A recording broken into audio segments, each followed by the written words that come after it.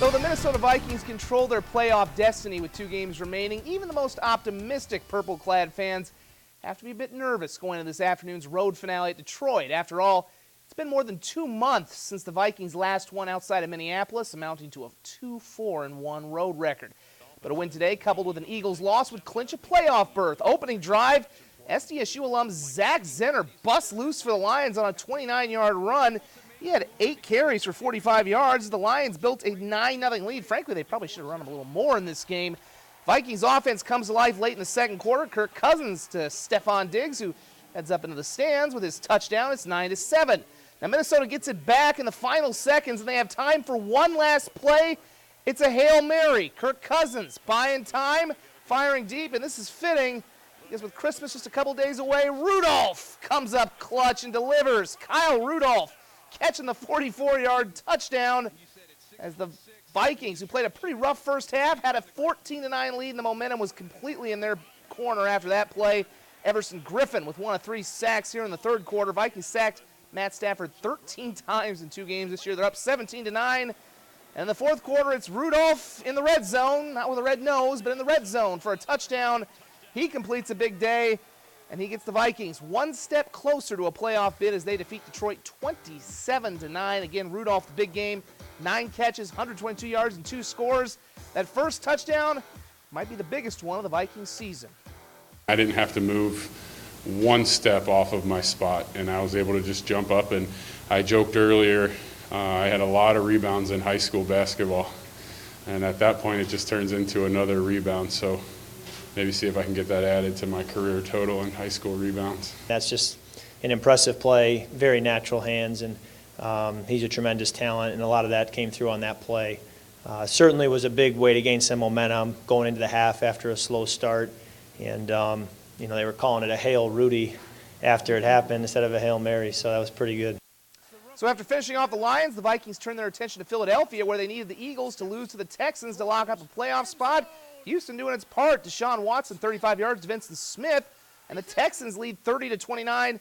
But Nick Foles let him downfield, and Jake Elliott boots home a field goal as time expires. Eagles win 30-30, so the Vikings have to win next week to make the playoffs. If they lose, the Eagles could get in. In the game you just saw right here on KDLT, the Chiefs look to lock up the AFC West title and home field throughout the playoffs in Seattle. Third quarter, another week. Another impossible Patrick Mahomes throw, 25 yards to Sharkandrick West. He threw for 273 yards and 3 scores, but the OG incredible thrower, Russell Wilson, he can do that too. Great pass there to Ed Dixon. Wilson threw for 3 touchdowns, and the Seahawks clinch a wild card in the NFC. They win 38-31. Kansas City can still clinch the AFC West and home field, believe it or not, if they beat Oakland at home next week. Denver and Oakland actually play the Monday night game tomorrow night. Elsewhere in the NFC North, Green Bay wins in overtime against the Jets, and the Bears win an ugly one against San Francisco 14-9. Chicago again coming to Minneapolis next week. Well, 2018 was supposed to be a rebuilding year for the South Dakota State football team after the graduations of star receivers Jake Wieneke and Dallas Goedert to the NFL. Instead, SDSU found new blood to lead the program into the playoffs for a 7th straight year and back to the FCS semifinals. We remember some of the best sights, sounds, and moments from the 2018 Jackrabbits in a special edition of Gridiron Greatness. Here we go, here we go. Bless him, one five, bless him. Yep.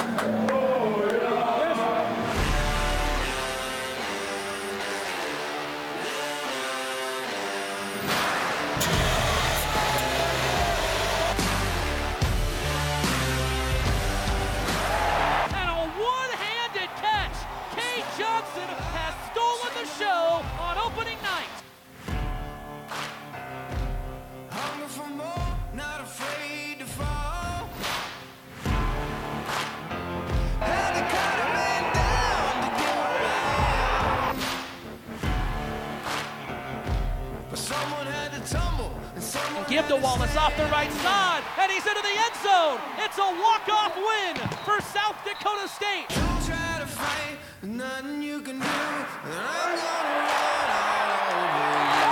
If you want to try, there's nothing you can do. I'm gonna run all over you. Christian looking deep down the right side, wide open is Kay Johnson. Nothing's gonna stop me now. Nothing's gonna Brady Sorensen snap is good. It's a fake. Hale throws it to Vinatieri. There's nobody in front of him. He's done it again. Christian will keep off the right side. Inside the 10. Breaks a tackle inside the 5. And he's into the end zone. Touchdown.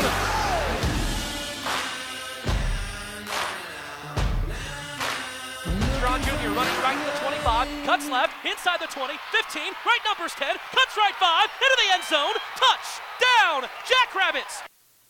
Well, the SDSU men's basketball team smartened a bit today after they were stunned by Montana 85-74 last night, snapping SDSU's nation-leading 26-game home court win streak a little over 5 years after they were stopped by Montana in a similar 30-game streak. Now, they lost despite 33 points and 15 rebounds from Mike Dahm, who was named Summit League Player of the Week this afternoon.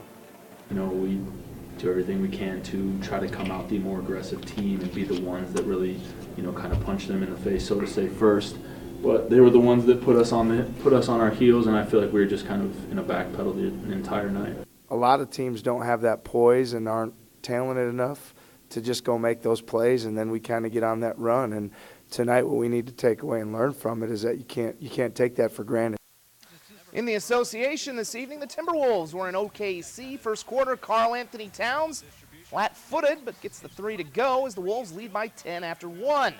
We move ahead to the third quarter. 3, the magic number again. Ahead 3 when Anthony Wiggins drains a 3.